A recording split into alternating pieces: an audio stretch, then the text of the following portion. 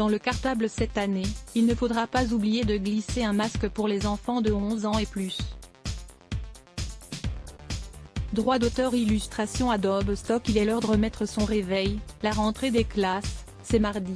Entre port du masque, gestes barrières et menaces de fermeture d'établissements en cas de reprise de l'épidémie de Covid-19, cette rentrée scolaire 2020 ne ressemblera à aucune autre. Vous n'êtes pas à jour de tout ce qu'il est impératif de savoir avant de reprendre le chemin de l'école? Voici une session de rattrapage. Port du masque. Ce qu'il faut retenir dans le cartable cette année: on met la trousse, les cahiers, le goûter et le masque. Le port du masque sera obligatoire dès le mardi 1er septembre 2020, pour les élèves à partir de 11 ans et pour les enseignants et personnels, y compris ceux de maternelle.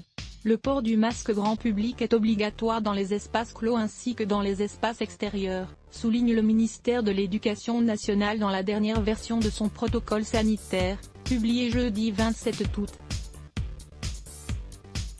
Masque en classe donc, mais aussi dans la cour de récréation. Et à qui de fournir ces masques pour les élèves? L'État s'engage à en distribuer aux familles les plus précaires. Pour les autres, ce sera aux familles d'équiper leur progéniture, le masque étant considéré comme une fourniture de rentrée. Néanmoins, certains départements et régions se sont engagés à fournir des masques gratuits pour les élèves. Lire aussi, masque transparent à l'école. Le gouvernement semble s'inspirer de Rouen. La distanciation physique, c'est fini. Contrairement à la reprise des cours post-confinement en juin, la distanciation physique dans les espaces clos, salles de classe, ateliers, bibliothèques, réfectoires, cantines, internats, etc., ne sera plus obligatoire lorsqu'elle n'est pas matériellement possible ou qu'elle ne permet pas d'accueillir la totalité des élèves. Les établissements sont toutefois invités à assurer la plus grande distance possible entre les élèves, en particulier dans les salles de classe et dans les cantines, qui seront bien ouvertes. De même, il n'est plus imposé aux établissements de limiter le brassage entre élèves. À chaque école, collège et lycée de s'organiser pour que les classes, groupes de classe ou niveaux différents se croisent le moins possible. Lire aussi, Covid-19, la rentrée scolaire ne sera pas reportée, assure Jean-Michel Blanquer. Mais on maintient les gestes barrières. En revanche, pas question de transiger sur les gestes barrières. Le ministre de l'Éducation nationale Jean-Michel Blanquer a rappelé l'importance du lavage systématique des mains plusieurs fois par jour. La mesure est essentielle et parfois négligée, a-t-il estimé. Le protocole recommande d'éviter l'utilisation des serviettes à usage collectif.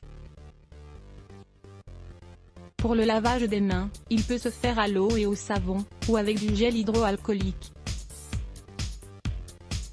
Les locaux, eux, devront être ventilés au moins 15 minutes par jour et nettoyés et désinfectés plusieurs fois par jour, comme les matériels. Lire aussi, l'allocation de rentrée scolaire versée aujourd'hui. Voici les nouveaux montants en cas de contagion au Covid-19. En cas de fièvre, 38 degrés Celsius ou plus, ou d'apparition de symptômes chez l'élève ou dans sa famille, les parents d'élèves sont invités à ne pas mettre leurs enfants à l'école, au collège ou au lycée. Les élèves testés positifs au coronavirus ou si des membres de leur foyer le sont, ne doivent évidemment pas se rendre à l'école. Par ailleurs, le Premier ministre Jean Castex a suggéré d'éviter que papy et mamie aillent chercher les enfants à l'école, quitte à renforcer le périscolaire jusqu'à ce que les parents puissent venir eux-mêmes les récupérer, dans la mesure du possible et par principe de précaution vis-à-vis de cette population âgée plus vulnérable au virus. Lire aussi, rentrée scolaire, les enseignants inquiets face à la progression du virus. Un plan de fermeture localisée d'établissements en cas de rebond épidémique. Le gouvernement a prévu un protocole sanitaire adapté qu'il souhaite ne dévoiler que si nécessaire.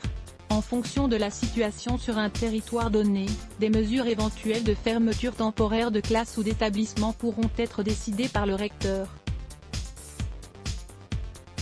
Le préfet et la direction de l'Agence régionale de santé. Dans le cas où ces mesures plus strictes seraient prises, le ministre Jean-Michel Blanquer s'est engagé à assurer les conditions nécessaires pour permettre l'enseignement à distance. S'il devait y avoir des mesures hybrides, un enseignement à distance conjugué à un enseignement physique, ou de confinement, nous nous tenons prêts. 2000 ordinateurs sont prêts à être déployés dans ce cas sur tout le territoire. queen du calendrier scolaire? Covid-19 ou pas, on ne va pas se mentir, ce à quoi on pense, presque, en premier c'est, quand auront lieu les prochaines vacances?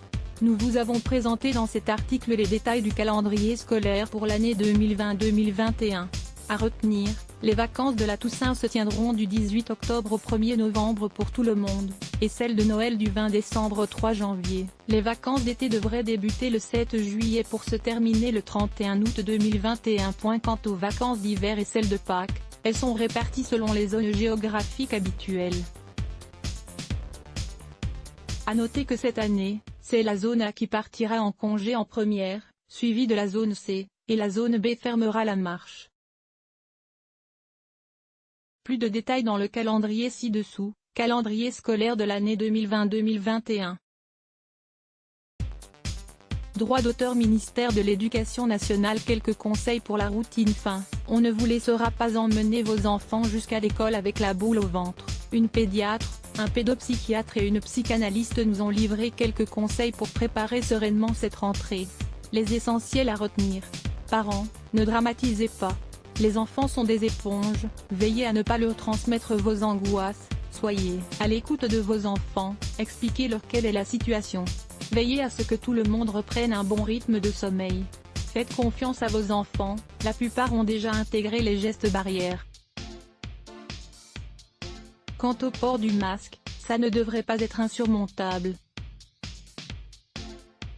Vigilance tout de même aux enfants présentant des troubles psychiques ou développant des signes d'anxiété sévère. Bonne rentrée à toutes et à tous. Let's block ADS. Why?